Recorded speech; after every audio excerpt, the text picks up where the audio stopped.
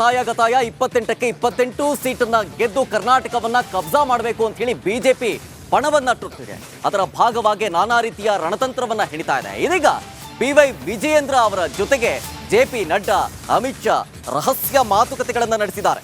ಹೇಗಾದ್ರೂ ಮಾಡಿ ಕರ್ನಾಟಕವನ್ನ ಗೆದ್ದು ಬೀಗಲೇಬೇಕು ಅಂತ ಹೇಳಿ ಬಿಜೆಪಿ ನಾನಾ ರೀತಿಯ ರಣತಂತ್ರವನ್ನ ಅನುಸರಿಸ್ತಾ ಇದೆ. ಅದರ ಭಾಗವಾಗಿ ಈ ಒಂದು ರಹಸ್ಯ ಸಭೆ. ಕರ್ನಾಟಕದ 28 ಸ್ಥಾನಗಳನ್ನ ಗೆಲ್ಲುವಂತೆ ಗುರಿಯನ್ನ ಹೊಂದಲಾಗಿದೆ. ಈಗ ವಿಜಯೇಂದ್ರಗೆ ವೈಯಕ್ತಿಕವಾಗಿ ಅಮಿತ್ ಶಾ ಟಾರ್ಗೆಟ್ ಒಂದನ್ನ ಕೊಟ್ಟಿದ್ದಾರೆ. ಏನಂತಂದ್ರೆ ಬೂತ್ ಮಟ್ಟದಿಂದ ಪಕ್ಷವನ್ನ ಸಂಘಟಿಸಬೇಕು, ರಾಜ್ಯ ಬಿಜೆಪಿಗೆ ಬಲ ತುಂಬಬೇಕು ಅಂತ ಹೇಳಿ ಸಂದೇಶವನ್ನ ರವಾನೆ ಮಾಡಿದ್ದಾರೆ.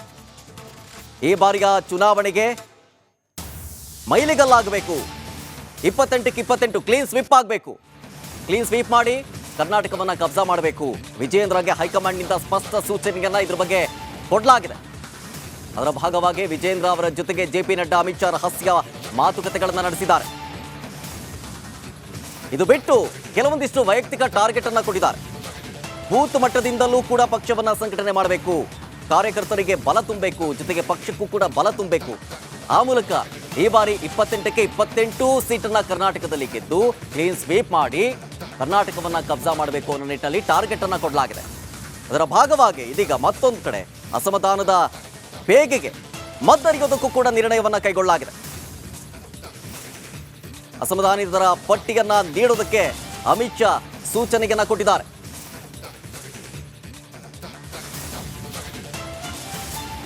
ಒಂದ್ ಕಡೆ ವಿಜಯೇಂದ್ರಗೆ ವೈಯಕ್ತಿಕ ಟಾರ್ಗೆಟ್ ಅನ್ನ ಕೊಟ್ಟಿದ್ರೆ, ಮತ್ತೊಂದು ಕಡೆ ಅಸಮಾಧಾನದ ಬೇಗೆಗೆ ಮದ್ದೆರೆಯೋದಕ್ಕೆ ಹೈಕಮಾಂಡ್ ನಿರ್ಣಯವನ್ನ ತೆಗೆದುಕೊಂಡಿದೆ. ಅಸಮಾಧಾನಿತರ ಪಟ್ಟಿಯನ್ನ ನೀಡೋದಕ್ಕೆ ಅಮಿತ್ ಶಾ ಸೂಚನೆಯನ್ನ ಕೊಟ್ಟಿರೋದು.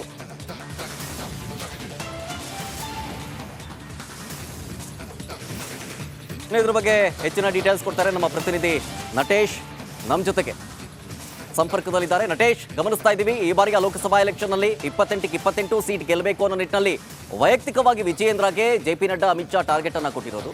ಅದರ ಭಾಗವಾಗಿ ಏನೆಲ್ಲ ಚರ್ಚೆಗಳಾಯ್ತು ಅನ್ನೋ ಡೀಟೇಲ್ಸ್ ಕೊಡೋದಾದ್ರೆ ನಟೇಶ್. ಎಸ್ ಶರತ್, ಲೋಕಸಭಾ ಚುನಾವಣೆಗೆ ಅಂದ್ರೆ 2024ರ ಲೋಕಸಭಾ ಚುನಾವಣೆಗೆ ದಿನಗಣನೆ ಆರಂಭ ಆಗ್ತಿದ್ದಂತೆ ಬಿಜೆಪಿಯಲ್ಲಿ ಸಾಕಷ್ಟು ಸಿದ್ಧತೆಗಳನ್ನ ಮಾಡ್ಕೊಳ್ತಾ ಇದೆ, ಸ್ಟ್ರಾಟಜಿಗಳನ್ನ ಕೂಡ ಮಾಡಿಕೊಳ್ತಾ ಇದೆ. ನಿನ್ನೆ ಹಾಗೂ ಮೊನ್ನೆ ಎರಡು ದಿನಗಳ ಏನು ಸಭೆ ನಡೆಯಿತು ದೆಹಲಿಯಲ್ಲಿ, ಮಹತ್ವದ ಒಂದು ಮಂಡಳಿಯ ಸಭೆ ನಡೆಯುತ್ತೆ. ಆ ಸಭೆಯ ನಂತರದಲ್ಲಿ ಎಲ್ಲಾ ನಾಯಕರು, ಬಿಜೆಪಿ ಎಲ್ಲಾ ನಾಯಕರು ಬೆಂಗಳೂರಿನತ್ತ ಧಾವಿಸಿದ್ರೆ ವಿಜಯೇಂದ್ರ ಅವರು ಹೈಕಮಾಂಡ್ ಭೇಟಿಯನ್ನ ಮಾಡಲಿಕ್ಕೆ ಹೊರಟಿರುವಂತದ್ದು ಸಾಕಷ್ಟು ಕುತೂಹಲಗಳನ್ನ ಉಂಟು ಮಾಡಿತ್ತು ಅನ್ನುವಂಥದ್ದು ಸ್ಪಷ್ಟವಾಗಿ ಗೊತ್ತಾಗ್ತಾ ಇದೆ. ಯಾಕಂದ್ರೆ ಬಹಳ ಮುಖ್ಯವಾಗಿ ವಿಜಯೇಂದ್ರ ಅವರನ್ನ ಯಾವ ವಿಚಾರಕ್ಕಾಗಿ ಒಂದು ಸಭೆಯನ್ನ ನಡೆಸಿದ್ರು ಅನ್ನುವಂತಹ ಏನು ಇನ್ಸೈಡ್ ಮಾಹಿತಿಯನ್ನ ನೋಡಿದಂತಹ ಸಂದರ್ಭದಲ್ಲಿ ನಮಗೆ ಬಂದಂತಹ ಮಾಹಿತಿ ಪ್ರಕಾರ ಬಹಳಷ್ಟು ಚರ್ಚೆಗಳನ್ನ ಮಾಡಲಾಗಿದೆ ಎನ್ನುವಂಥದ್ದು.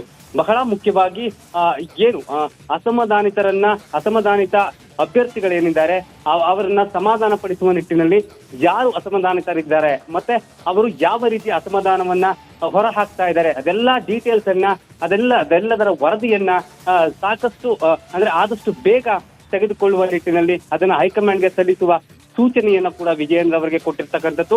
ಹಾಗೇನೆ ಏನು ವಿಜಯೇಂದ್ರ ಅವರು ನಿನ್ನೆಗೆ 100 ದಿನಗಳು ಇವರು ಅಧ್ಯಕ್ಷ ಪಟ್ಟವನ್ನ ಅಲಂಕರಿಸಿ 100 ದಿನಗಳಾಗಿರ್ತಕ್ಕಂಥದ್ದು. ಅವರ ನಾಯಕತ್ವದ ಬಗ್ಗೆ ಕೂಡ ಸಾಕಷ್ಟು ಮೆಚ್ಚುಗೆಯನ್ನ ಹೈಕಮಾಂಡ್ ವ್ಯಕ್ತಪಡಿಸಿರುವಂತದ್ದು. ಯಾಕಂದ್ರೆ ಅವರ ನಾಯಕತ್ವಕ್ಕೆ ಸಾಕಷ್ಟು ವಿರೋಧ ಕೂಡ ವ್ಯಕ್ತ ಆಗಿತ್ತು ರಾಜ್ಯ ನಾಯಕರಲ್ಲಿ. ಹಾಗಾಗಿ ಆ ನಾಯಕತ್ವ ಹೇಗಿದೆ ಎನ್ನುವುದರ ವರದಿಯನ್ನು ಕೂಡ ಅಂದ್ರೆ ಉಳಿದ ನಾಯಕರಿಂದ ತರಿಸಿಕೊಂಡು ಅದನ್ನೆಲ್ಲವನ್ನು ಕೂಡ ಪರಿಶೀಲನೆ ಮಾಡಿದ ನಂತರದಲ್ಲಿ ಮೆಚ್ಚುಗೆಯ ಮಾತುಗಳನ್ನು ಕೂಡ ಅವರ ನಾಯಕತ್ವದ ಬಗ್ಗೆ ಹೇಳಿರ್ತಕ್ಕಂಥದ್ದು. ಹಾಗೇನೆ ಇನ್ನು 28 ಕ್ಷೇತ್ರವನ್ನು ಗೆಲ್ಲುವ ಎಲ್ಲಾ ಸಿದ್ಧತೆಗಳ ಹಾಗೂ ವರದಿಗಳು. Okay, thank you Natesh ಡೀಟೇಲ್ಸ್ಗಾಗಿ.